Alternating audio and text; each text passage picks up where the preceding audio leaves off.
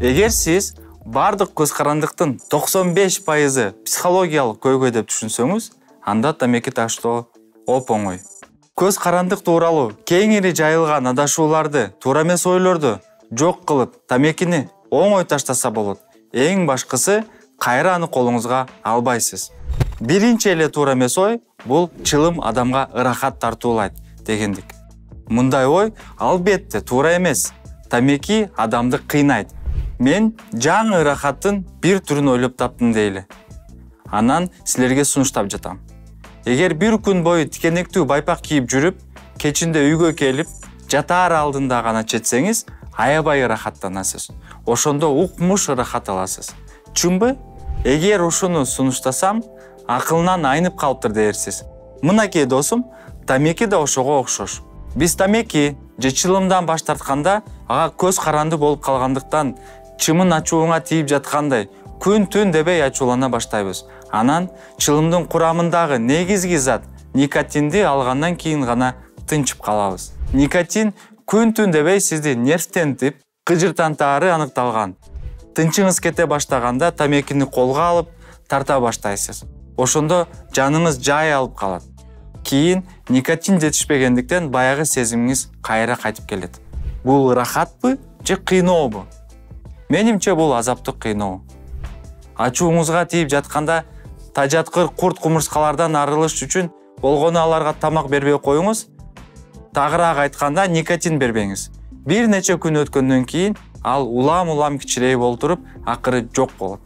Ошондо тамеки чеккенге чейинки тынчтыкты жана бакытты өзүңүзгө кайра кайтарып аласыз. Дагы бир жолу баса белгилей кетейин, тамеки эч качан рахат тартуулабайт. Ал адамды кыйнайт.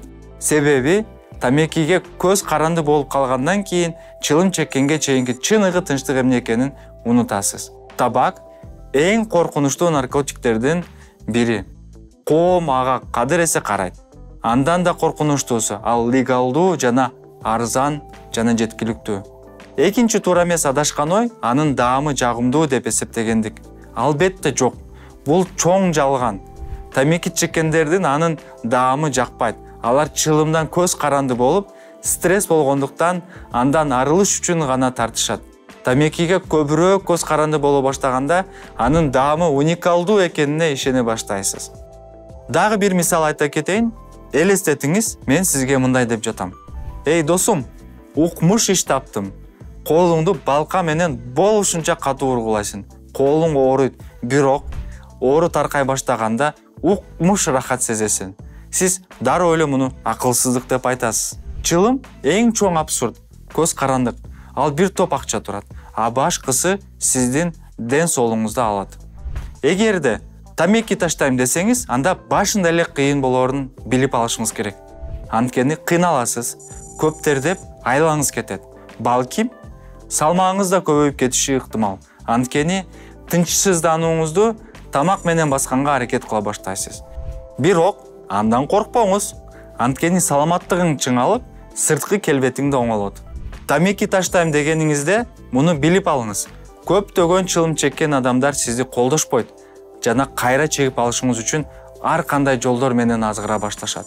Бирок ал ичи күйгөндүктөн да болушу мүмкүн. Анткени аларга айлана чөйрөгө жана өзүңө тийгизип жаткан зыянды эстетип турасыз. Ошондуктан бул курс көз карандыктан арылам деген адамдар үчүн атайын иштелип чыккан. Мотивация бере турган тамекини кантип таштаса болот деген курска кош келиңиз. Сиздин колуңуздан баары келет.